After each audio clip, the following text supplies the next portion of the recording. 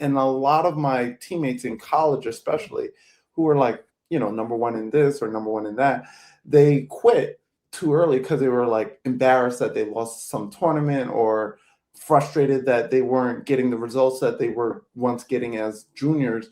And I was like, you're quitting too early. You just got to like lock in and analyze and stay focused. So it's a mental piece that separates the good from the great.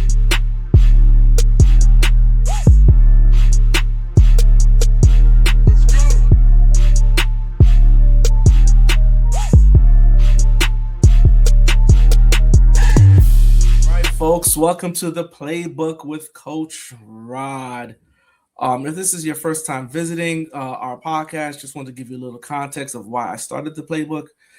The Playbook was an opportunity for me to extend my network, my access, my immediate community to my extended community at large, with the hopes of having conversations with trailblazers, pioneers, captains of industries, or just thought leaders in their respective spaces, to just gain some lessons, to gain some pathways, to gain inspiration, motivation, or even learn a little bit about their journey that applies to ours, so that we, as a community and even as an extended community, can have some sense of a light post, right, to help guide us.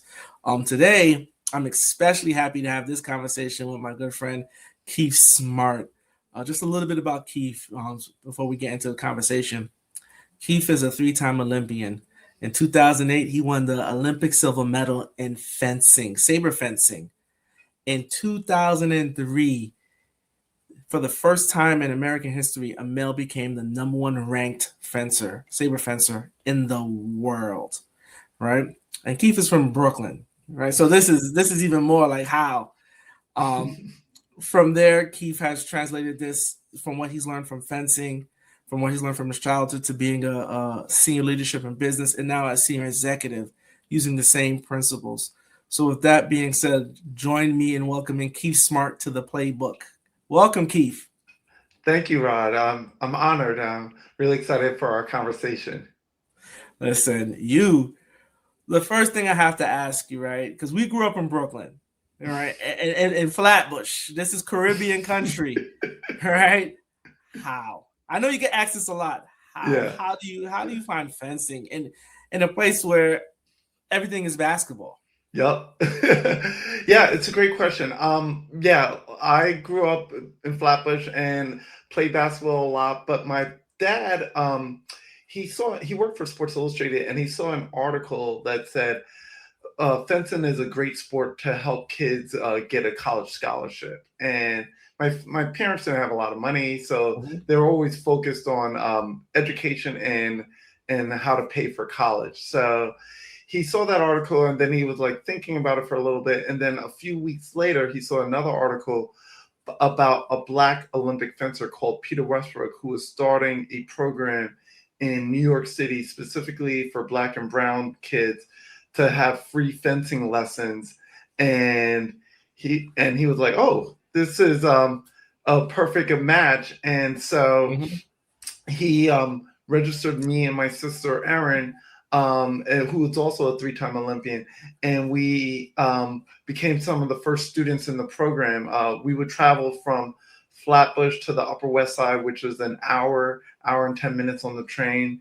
But we knew it was a great opportunity for the free lessons. And my parents just really forced us to do this starting at 10 years old.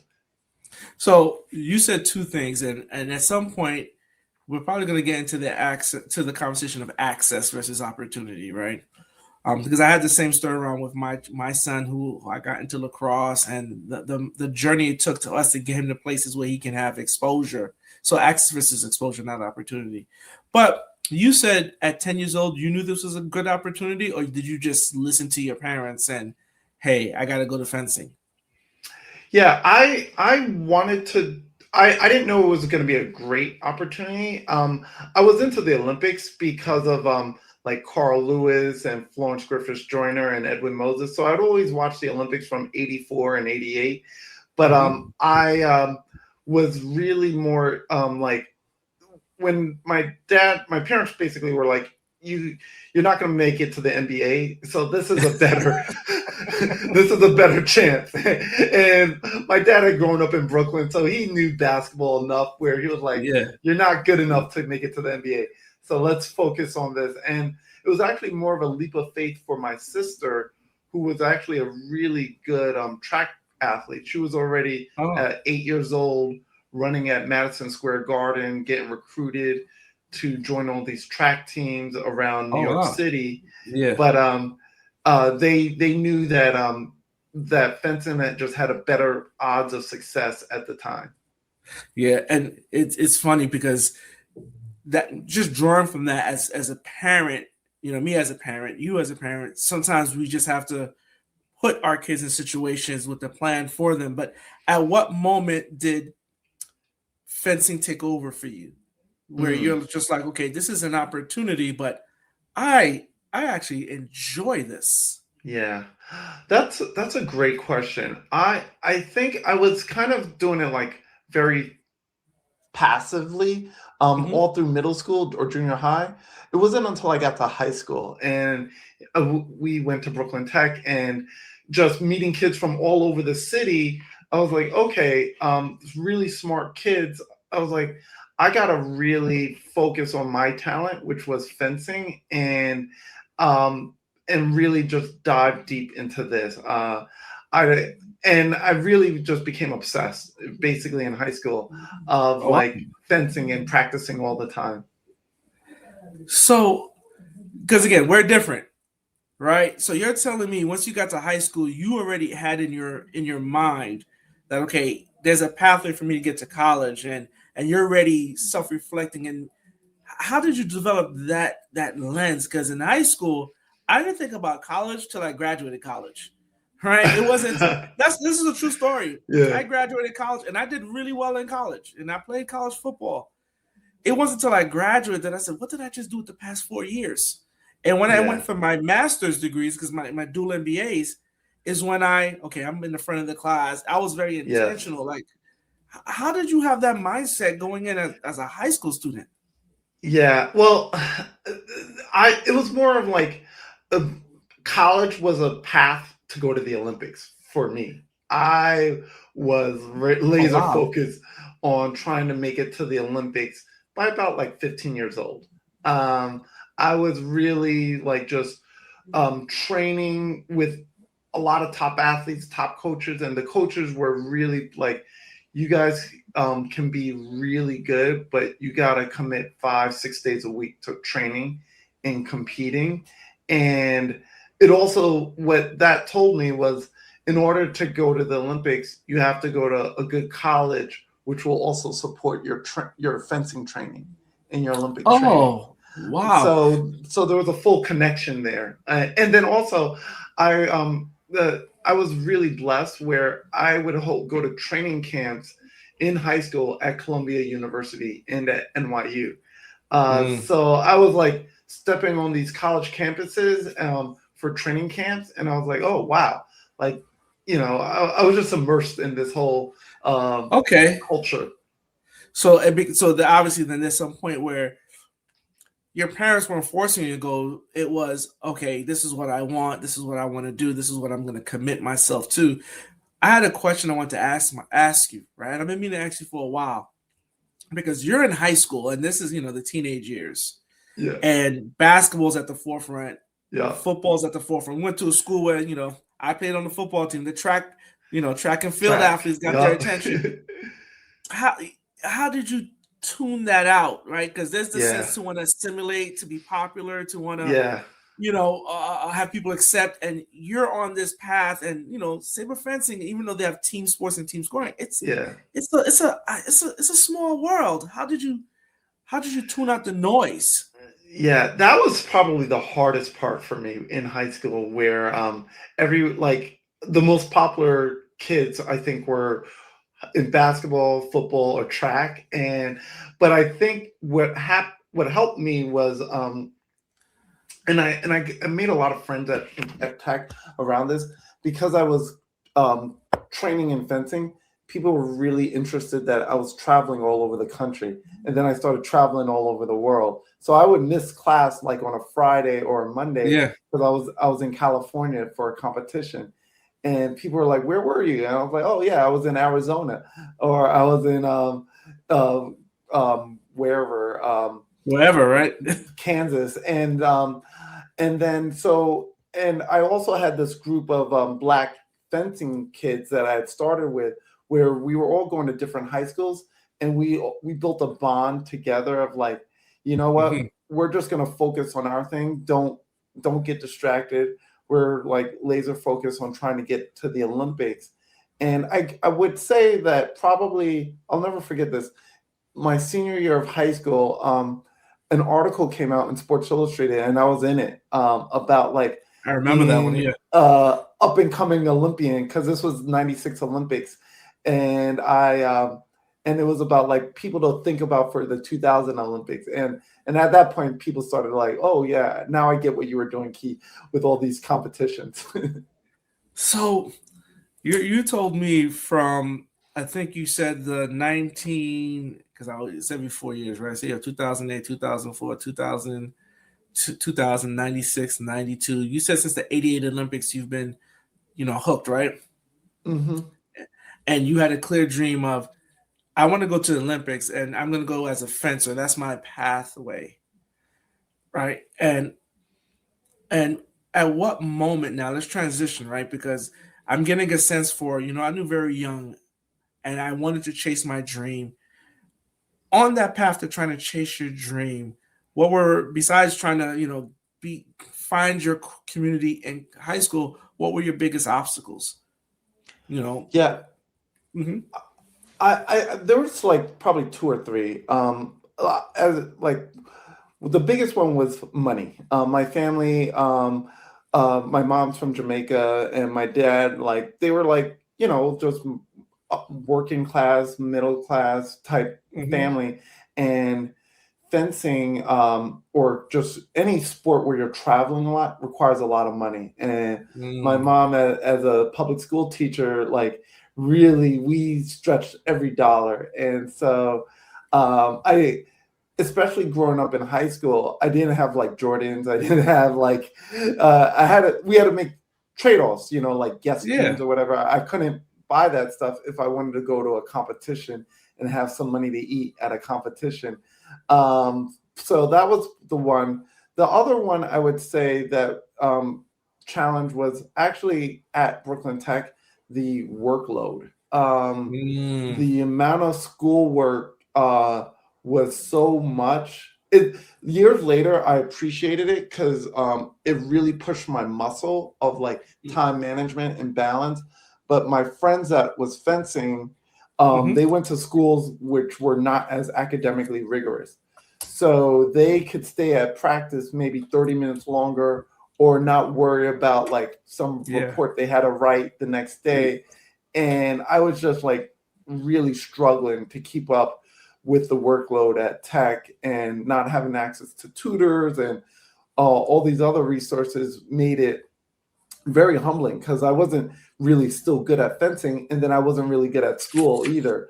So I was mm, like, I'm struggling on both sides. And the teachers and the principal at the time, I would talk to him, Dr. McCaskill. I was like, I need help, and he was like, well, you just gotta figure it out. You gotta like grind it out. wow, And I was just like, all right. So it taught me like how to like mm-hmm, figure it out. And what it also taught me, finding a tribe in high school, I ended up, instead of going to the cafeteria at lunchtime, I started going to the library, because I realized that I couldn't keep up with the workload, because I would have practice after school, which was an hour away on the Upper West Side. So I was like, mm. man, I gotta like start getting ahead of the homework and doing that at the library at lunch. Wow. And I know we're just talking about high school, but you already see some of the foundational principles, right? You use the word trade-off. Right? There's a trade-off here, right? As we say in finance, zero sum, right? Mm-hmm. We just can't increase. It's like something has to give, and I have to be okay with that. And I just did it. I just did a whole series on balance, work-life balance.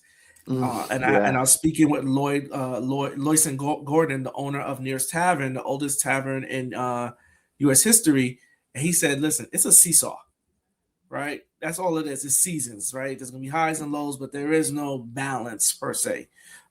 So now I'm hearing the trade-off, the commitment, time management. There's a level of Yeah. vulnerability. Don't be afraid to ask for help, and then Hmm. you have to own this process. So it seems like to me in high school, you just started owning the process.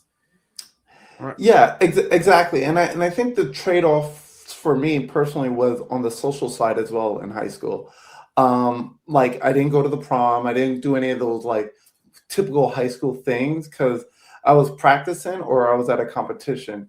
And so I would always just say, all right, I'm just gonna like lock in, and those trade-offs kept on growing in terms of work-life Mm, balance as I went through college and even as a professional fencer in my 20s.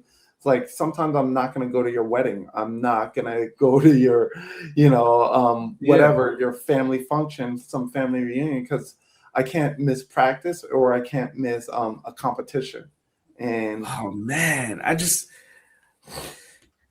so part of this is, and this is therapeutic for me because I'm hearing my son talk to me.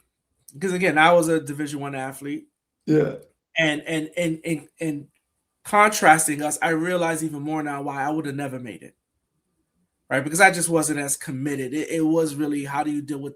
To me, it seems like it was less about my physical abilities because I can harness those, and it's just about my yeah, mental and how do I keep myself, focused, right? And I was all over the place, right? So it is what yeah. it is. It is Well, what it is. but you raise a good point, and that's the kind of the difference I would say for a lot of Olympians and those aspiring to be Olympians.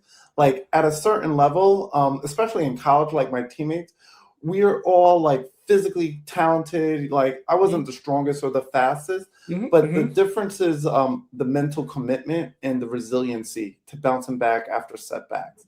And a Yeah. lot of Olympian, all Olympians will tell you this. You lose way more than you win. So how do you bounce back, come back, learn from that loss, and get back in practice and analyze what you could have done better? And a lot of my teammates in college, especially, who were like, number one in this or number one in that, they quit too early because they were like embarrassed that they lost some tournament or frustrated that they weren't getting the results that they were once getting as juniors. And I was like, you're quitting too early. You just gotta like lock in and analyze and stay focused. So it's a mental piece that separates the good from the great. So you know what? You're taking me a little further to the conversation, but let's just go there.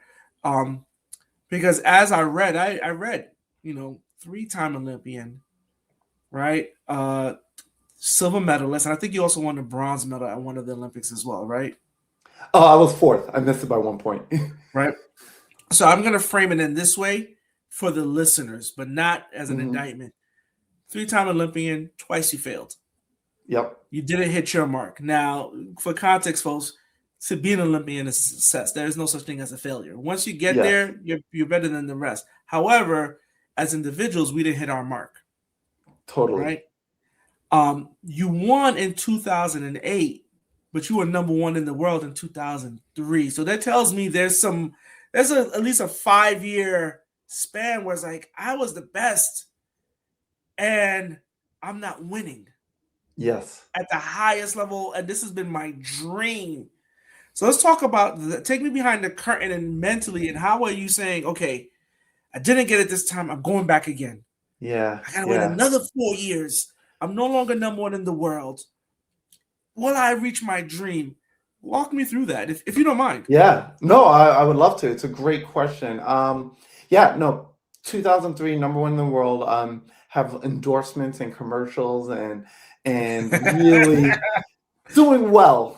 Especially Yeah. in Europe, fencing is like the equivalent of like baseball in America. Like I was pretty famous in Europe, and Mm-hmm. I thought that I was going to win a medal at the 2004 Olympics, and I missed it twice by 1 point to get into the gold medal match and to get into the Yeah. bronze and then to win a bronze medal. And at that point in time, I thought that was the worst experience of my life. Um, on the world stage, I've been working for 20 years to get to this point, and then my job, I just had to get one more point, which I normally would get in my sleep.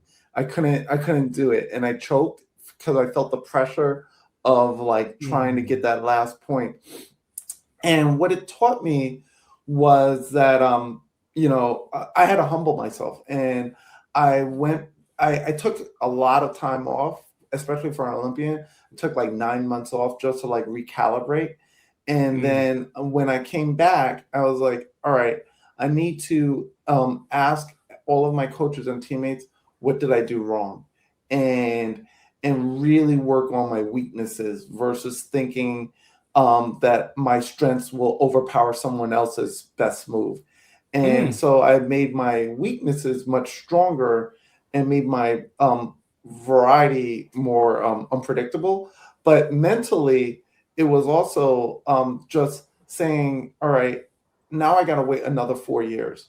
And I'm only in between 2004 and 2008. My only goal was not to be ranked number one again, was to win a medal. And that's all we talked about. It was like, our mission is to win a medal. And the only reason I'm going to come back is if I know I can win a medal. And it was a lot of, soul searching as well as a lot of reflection. I still haven't watched the matches from 2004, but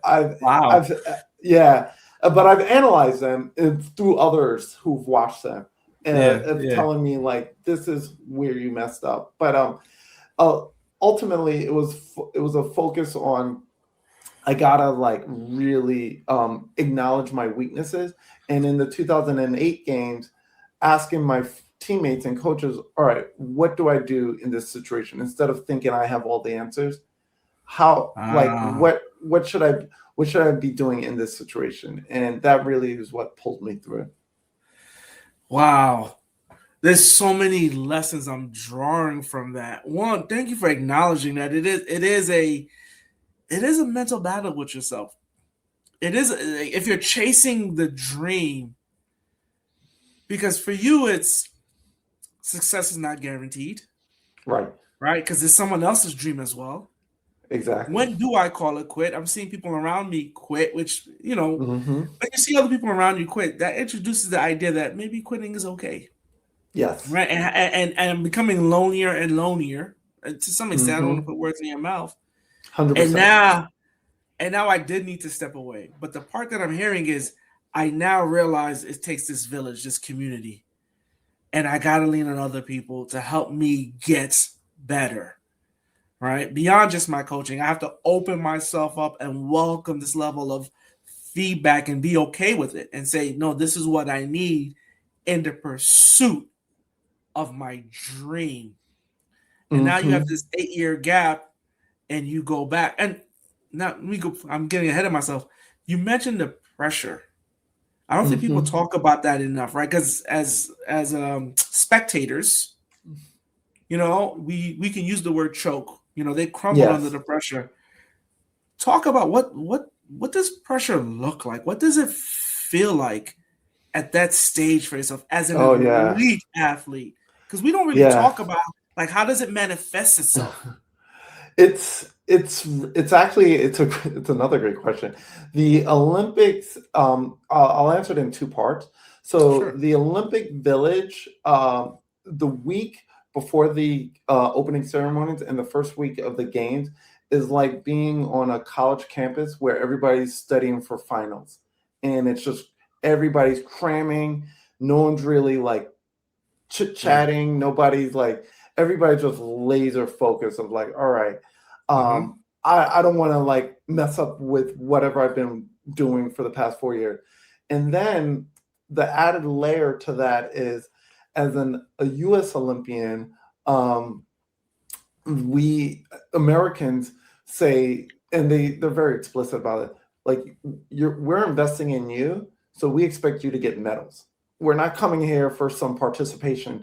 So we expect medals, and they drill it into us all the time of like, we're giving you everything you want. And in fact, the U.S. Olympic Committee builds a separate Olympic village just for the American athletes to train at, Oh where wow. no one really knows about this. So we could get our own Olympic village with our own American TV, American weight, so we don't have to calculate kilograms to pounds, Mm-hmm. American food, and it's drilled into you. So you feel this underlying pressure of we have to win medals, we have to win the medal count, and so there's a lot of sports psychologists on campus as well because people are breaking down from Oh wow. the stress of it. But you're you what the a lot of it has to do with like making sure you don't make it feel like it's any different than another competition that one might have done before. Where the pressure gets to people, whether it's Simone Biles or Greg Louganis or whomever, it's when they start thinking about it more as an Olympic competition versus a regular competition. And I made Mm. that same mistake as well, where I was like, oh my God, this is an Olympic competition and I'm about to win a medal.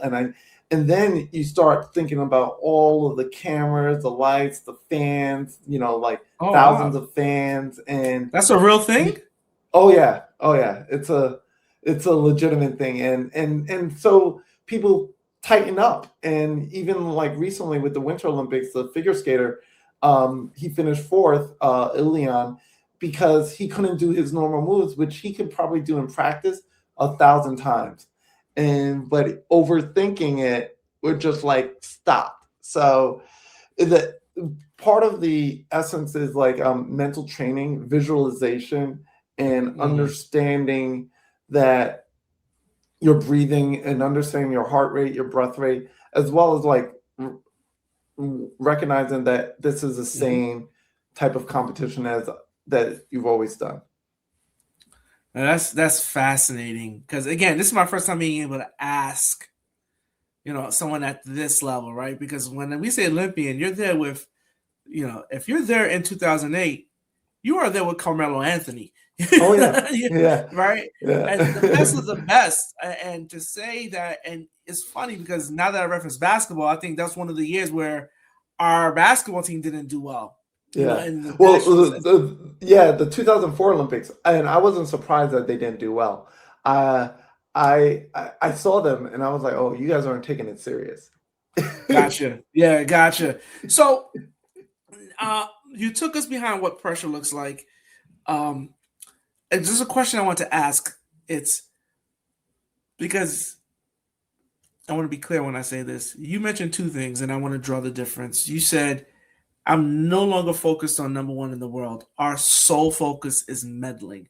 So, was there a point in your life where you were saying, I want to be the best in the world at this, and you went after it? There was, yeah. That was it was actually after my first Olympics. When what I realized in 2000, um, with as you mentioned, like it's great to be an Olympian. You're like there's only 600 U.S. Olympians out of a country of 300 million, so it's an honor. But what I also Yeah. realized is that the U.S. Olympic Committee treats medal contenders or medal uh, uh, op- champions a lot differently than participating Olympians. And so I was like, oh, like not to say they're treating me bad, but it was like they're Yeah. not like focused on me. And so, um, but after I got home, I was like, okay, I really need to. I saw how they treated the Olympians that were really there to try and win medals. And I was like, I thought I was training really well going into the 2000 Olympics. And when I was around those Olympians, I was like, oh, I'm not training nearly like those guys are. And I had to Mm. acknowledge that I needed to step up my training even more than I thought I had done. And so that's why I really wanted to be number one in the world because it it gave me a little bit more credibility and resources and essentially I became a professional athlete because of that, and I was able to just command a lot more sponsorships and things of that Okay. nature. So that's extremely helpful, because again, I take everything into business, into life, Yeah, right? Sports to me is the microcosm of society, right? totally. And there's stages to this. You're in competition with yourself, right? And that's the first competition. I got to beat myself, but let's not kid ourselves. You are also in competition with a community that you don't even recognize. Because I drew that from when you said, when I got here to the best of the best, it's like, wait a minute, I'm not good enough, or I'm not doing enough if I want to be better than the ones that are even here. Correct. So yeah, your accomplishments are established, but let's take it again a little bit further. What did it feel like to be in a sport where traditionally there was a representation? Oh, yeah. Right? And what was that mindset? And to frame it, when my son was doing lacrosse, it wasn't a lot of people that looked like him. Yeah. And it's funny, I wasn't the one playing, but as a parent, there weren't a lot of parents that looked like me. And I was like, Right. I'm not comfortable here. I don't know what to say. I don't know. It was eventually you get over that. But this is competition now. So Yeah. what was that like? It was, that's a fascinating. I think I struggled with it for a long time, to be Mm. transparent. Um, the first time I really realized when I started fencing, leaving Flatbush, Brooklyn, it's all Caribbean. So it was just a matter of like what island your family was from Yeah. versus like, so I had grown up in a bubble of like just being around Caribbean people all the time. And then I started going to the Upper West Side and I was like, oh, wow, there's like real wealth in New York. And then in high school, actually, I started going, like, this is like 13, 14. There's a club in New York called the New York Athletic Club, and it's on Central Park South and 7th Avenue. And this club, for years, up until like the mid to the late 90s, didn't allow women or people of color. And I remember, I didn't even know this existed in New York, and I was like just Yeah. walking into the building, and they're like, "Oh, no, no, no, you got to use the back door." And I was like, "Oh, man!" Wow. This has been And 90s. this is the 90s. This is like 91, 92, and I was Wow. like, Yeah. "Oh, wow!" And so I started to like process, like, "Oh, okay, this is I'm really a true minority in this sport, Mm. and dealing with like the cheating and the injustices of like not having like parents to go to competitions and support me. So like, my parents couldn't afford to go with us to competition, so we just like all like 5 Black kids be in like Tennessee Mm. by ourselves and like being told like, no, you guys can't eat here or whatever. But I think the hardest part, honestly, was when I started going to Europe. And I'll never forget this. I must have been like 14 or 15, and I went to Hungary for a training camp, and they hadn't seen Black people before. And they were just like Oh, coming up to me and my sister and one other person and like trying to touch our hair. And I was like, what are you doing? And yeah. so basically I learned how to like lean on like the other kids. I spent a lot of time with the other small group of Black kids that was also fencing, and we came like a really tight knit group. And then also learning in the sport itself that we're going to have to not only be good, but we have to be better than good, because they're going to cheat, Oh because they don't wow. want to see. Yeah, so like a match usually goes to 15, first one to 15, and we Yeah. would train to get 20 points, because you knew you were going to lose a few points, because maybe the referee doesn't want to see a Black person succeed or something like that. So Yeah. what it taught me was a lot of resilience. It also taught me that there's still racism in the world, but you can you just have to learn how to deal with it in different aspects, especially like when I was going to Eastern Europe. Like that was like they're not used to seeing black people anywhere in Eastern Europe. Wow. Wow. And so how has your participation, how has your accolades, how has you winning? Because again, in the US, we celebrate winners. How has that allowed you to change, if at all, the representation in the sport and the Yeah, acceptance of, because I know St. John's has a few fencers right now that yeah, are doing their thing, right? Like how does your how do you see your legacy now in this? yeah. No, I'm honored what I've been able to accomplish in the sport because I know specifically and literally many other Black Olympians in fencing specifically have come into the sport because they saw an article about me or my sister and they wanted to join and now like there's a lot more Black parents at the sport in the sport or Black families in the sport, and it's a lot because they're like, yeah, I saw you on 60 Minutes, or yeah, I saw you on like, Oprah Winfrey, and this is like it tells us that we're not alone.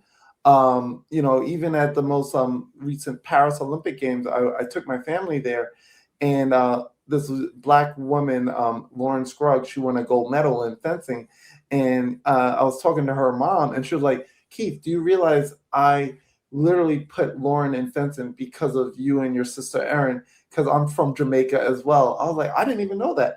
And she was like, yeah, like your story inspired me as a Wow. single mom from Jamaica to put my kids in fencing from New York. And I just wanted them to follow your path. And that's all we talked about. So That there's is a lot of amazing. people like that. Yeah, That is oh man, that is amazing. And I know you've done some work with the Olympic Committee as well in terms of having a totally. voice there. And as we start to wind down, how have these lessons, the preparation, the commit? Actually, no. Before I forget, and I hate to do a bad interview, I cut myself short. Was there ever a moment that you thought about quitting? Well, a couple of times. Probably the closest I came was when I was um, after the 2004 Olympics when I finished fourth. Uh, Mm, that was really the closest. I was like, oh my gosh, like I can't believe this happened. It was actually like the first time in fencing Olympic history that somebody loses a medal twice by 1 point. So I was just like shocked that it happened to hmm me. And then it happened on such a world stage, like where like when I got back to New York, there was all these articles about how I choked and this and that. So Man. I was like, man, this is tough. And it wasn't what pulled me out of that was honestly my dad died and I needed that to like shake up my constitution. I was like, oh, I didn't expect him to die of a heart attack so young. And I was like, you know what? I got to get back into this, and I can't go out like this. And so that's Mm, really what got me back into it. okay. How has everything you've learned translated the skills, the mental aspects of the game, the physical aspects, right? Because there's a great deal of physical preparation. How has that prepared you for now fatherhood and even leadership in corporate leadership? How is that translated? What some principles that you could speak to?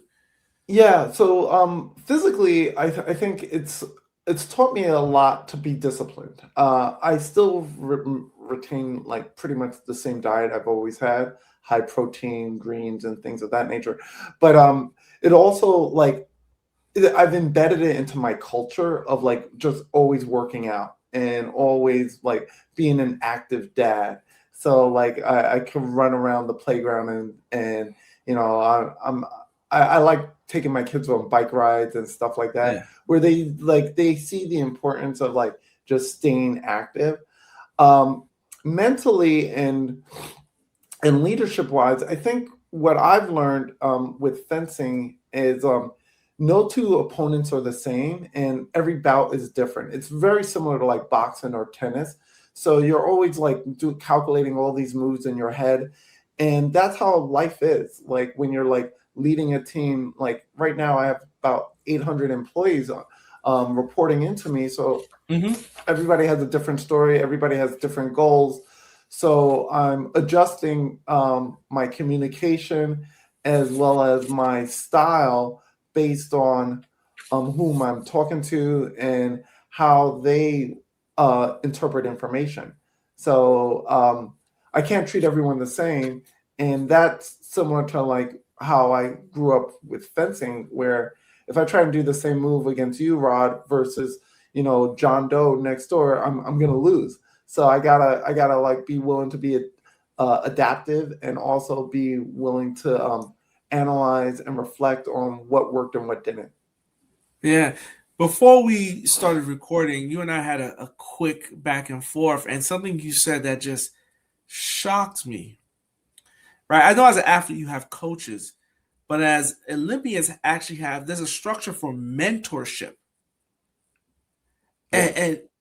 And talk to me about that, because I think growing up you heard about children need mentors, but I didn't really understand it, right? And I mentor now, and you're understanding you need people that have done it to kind of partake life lessons beyond just the technical coaching. What does that mentorship look like? Because I believe you're also considered a mentor. I am, yeah. And so there we have in the Olympics we have formal mentorship and we have informal. So like formal mentorship will be things of like we'll have like former Olympians like myself where we'll speak to aspiring Olympians or current Olympians of Mm-hmm, like mm-hmm. here's what to expect at the games. Here's how you handle the media.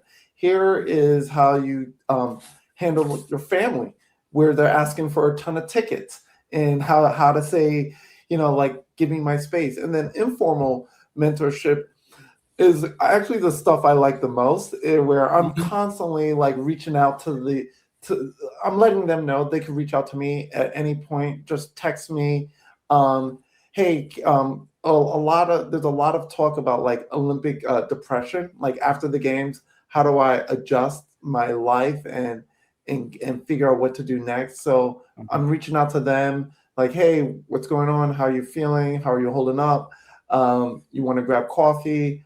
Um, I saw your last competition. You did really well. Like just letting them know that that I'm thinking of them and top of mind goes a long way. And then also they'll reach out and say, hey, I got to figure out, like, I'm feeling a lot of pressure right now. I got to win this competition. How did you deal with this situation? Or, can we watch some competitions together just so I can understand how you analyze the game versus how I analyze the game? So, Yeah. and then it's just the last piece is like, I'm also like just opening myself up as a resource. I truly believe in giving back. And the Mm-hmm. more you give, the more you get. And so if I just want to be available for them in any capacity. So again, just so you can hear what I heard from my mouth. What I heard was this: you have to check in on the person, right? That's Yes. part of the mentorship, because in our community, vulnerability, emotion, even allowing yourself to believe there's emotions is frowned upon. But what I'm hearing Mm-hmm. from someone who's been number one in the world, who's medaled, and the world has to acknowledge forever that at this stage he was at least number two in the world on the biggest stage. He's a winner. You are a winner. Yeah.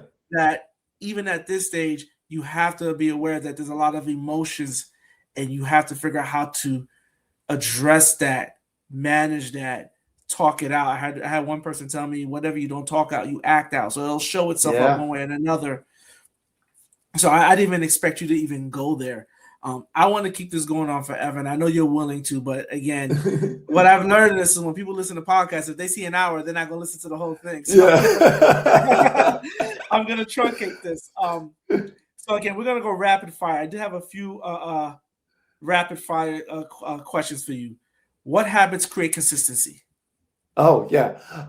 I think vision, mental, like I've visualized, and also positive communication. So saying like I'm gonna have a great practice today. I'm visualizing myself winning, and then I'm Mm. visualizing myself like working hard, and that once you start visualizing it, it builds that mental muscle, and then you don't worry about like not showing up for something.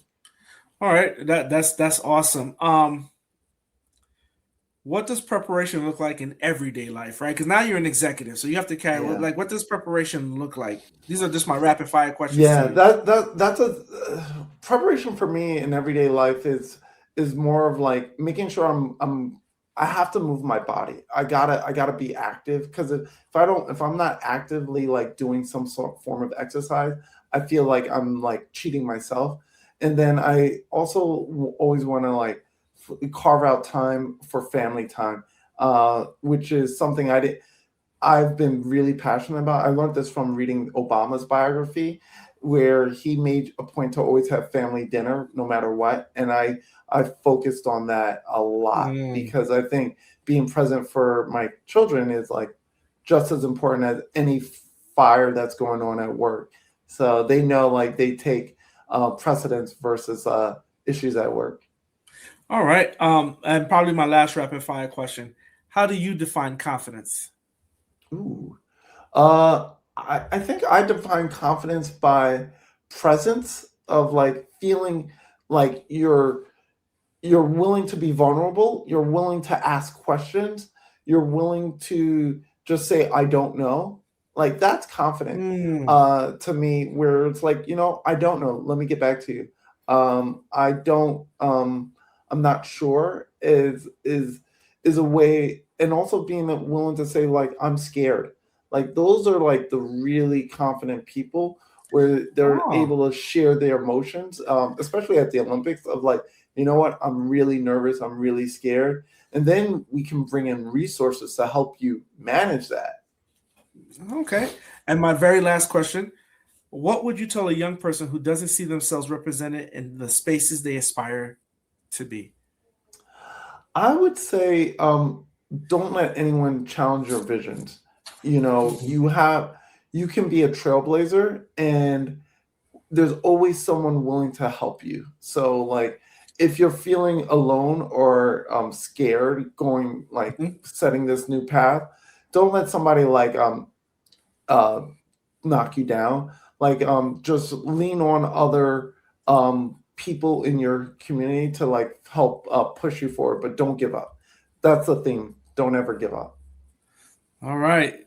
Keith, thank you so much, man. I enjoyed this conversation. I literally could have had it for 2 hours because again, I not every day do you get to hear what's actually happening in these these these trailblazers. Like I said, you're the first ever American to be ranked number one in the world, and because you're black, you're the first black person ever to be ranked number one in the world. But we'll have you back again. I know you're in leadership at Chelsea Fitness, so I'll bring you back to just talk about how parents can use your space to, Yes. reestablish their family. Keith, thanks again. I appreciate you. Love you, brother. And me growing up with you, we're always so proud of you. Oh, thank you. Love you, man. Really proud of you as well. Folks, this is the Playbook with Coach Rod. Let's go.